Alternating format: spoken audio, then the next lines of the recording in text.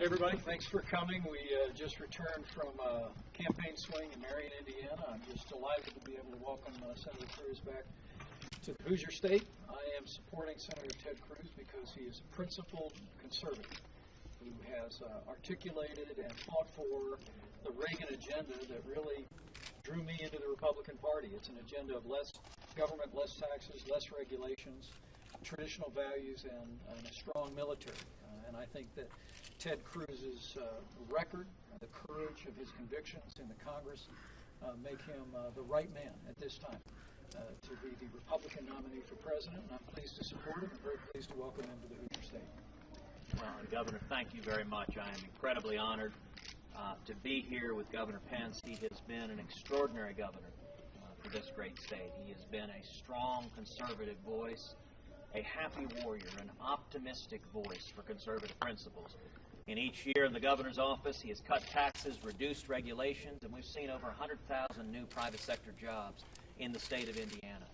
Common sense conservative principles work, and we need to bring those same Indiana common sense principles to the entire country.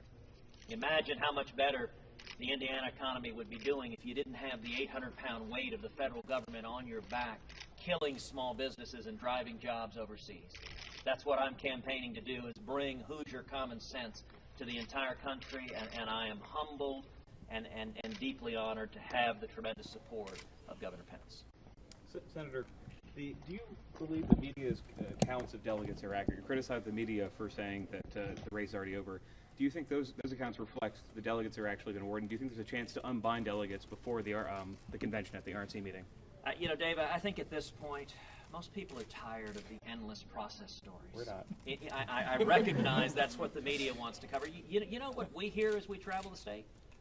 We hear people who want to see how we bring jobs back. We hear single moms who are working 2 and 3 part-time jobs and are tired of not having enough to provide for their kids. We hear from steel workers and coal miners and people who work in factories who've seen their wages stagnating. My number one priority as president will be jobs and economic growth, and my focus is not on all the process stories of a dog chasing his tail in a circle, but instead, how do we get the government off the backs of small businesses?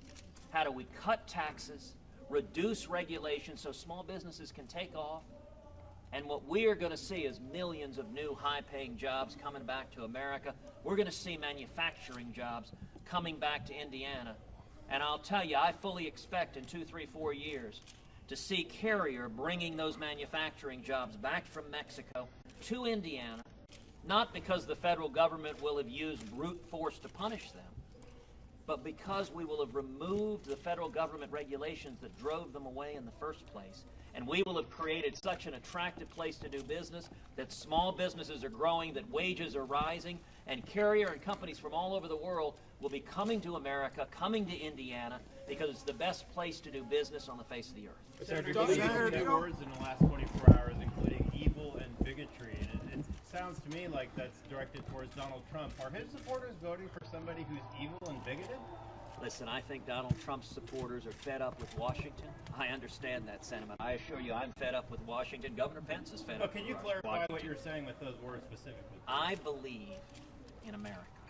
I believe we are a loving people. I believe we are a welcoming people. I believe we are a people who hunger to be united. And I think politics should not be about attacks, about insults, about cursing, about hatred.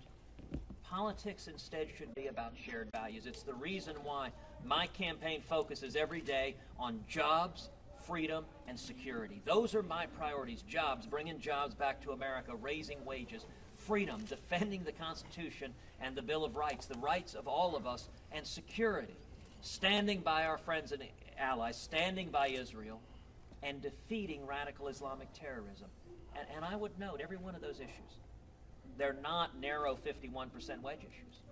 Those are broad, unifying issues that bring together 60, 70, 80% of Americans. They bring together Republicans and Democrats and independents and libertarians. Our campaign is about uniting Americans behind shared values to get back to what works. The Obama-Clinton economy does not work. It does not make sense. The federal government's assault on the Bill of Rights is wrong, and it is going to end. And so that is my focus, and I think it's also the focus of the men and women of Indiana. But I mean, can You you don't wait tomorrow Last night. question. Saying that Donald Trump's campaign is based on hate and bigotry? Is that what you're saying? That is not what I said. Go ahead. Was wondering that if you're saying that you're going to unify the rest of the Americans, Indiana people, according to the Wall Street Journal poll, have you down by double digits. So how do you rectify those two statements? Well, the polls have been all over the map. Just 2 days earlier, there was a poll that had me up by double digits. The polls are everywhere. I'll tell you where this race is. This race is effectively tied here in the state of Indiana. It is neck and neck. And it depends on turnout. It depends on turnout tomorrow. There is a choice, a basic choice that Indiana has and the whole country has. Do we support a campaign that is based on yelling and screaming and cursing and insults? That is based on dividing Americans?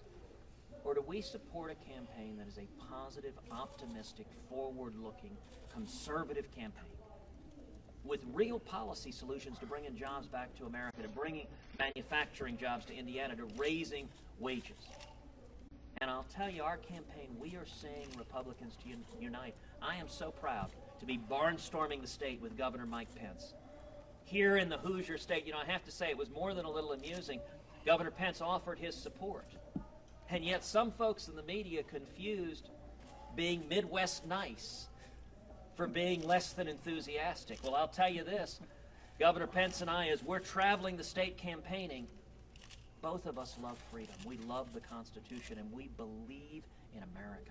We believe in the American people, that we can aspire again to that shining city on a hill. We can aspire again to the freedoms that are recognized in the Declaration of Independence, that are protected in the Constitution and the Bill of Rights.